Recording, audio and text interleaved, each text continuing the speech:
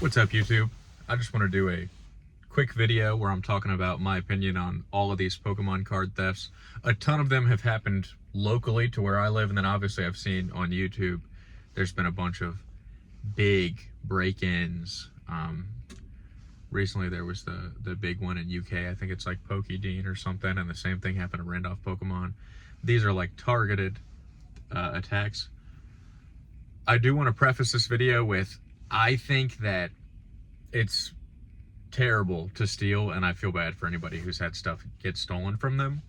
But I do also think that of course Pokemon is getting stolen, right? When you look at these ludicrous numbers, when you look at, like, some people are casually posting on Facebook, casually posting on YouTube with their name and their location, where people know them, they know the neighborhood they live in, they know all this stuff, and they have very minimal security, and they're like, I just hit 6 figures on my collection, I just hit $20,000 on my collection, even $5,000. I mean, I don't like having a collection worth more than like $1,500, because once you pass a certain line, you do have to start thinking, I always have to lock my door, I always have to hide my cards if I'm having like friends or people come over, whatever, maintenance people in my house, like I gotta hide my cards, because like $1,000 is a good chunk of money to most average people.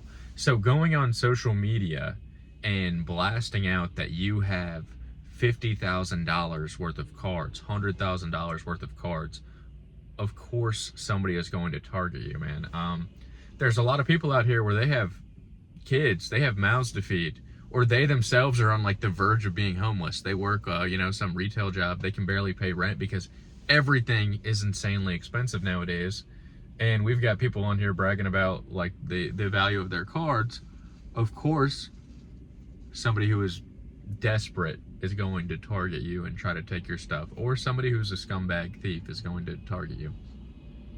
But I just think it's very important to be smart, and don't invest in an amount of Pokemon. Whatever you invest in Pokemon, it should be something you can afford to lose. And you also need to invest in security, and you also need to not brag, which is like one of the biggest like problems, is like everybody mostly only wants to own these expensive cards so they can brag about how they have all these expensive cards. Well, if you want to brag about them, you better have like an insane security setup, or keep them in like an off-site location, or just be willing to have them get stolen.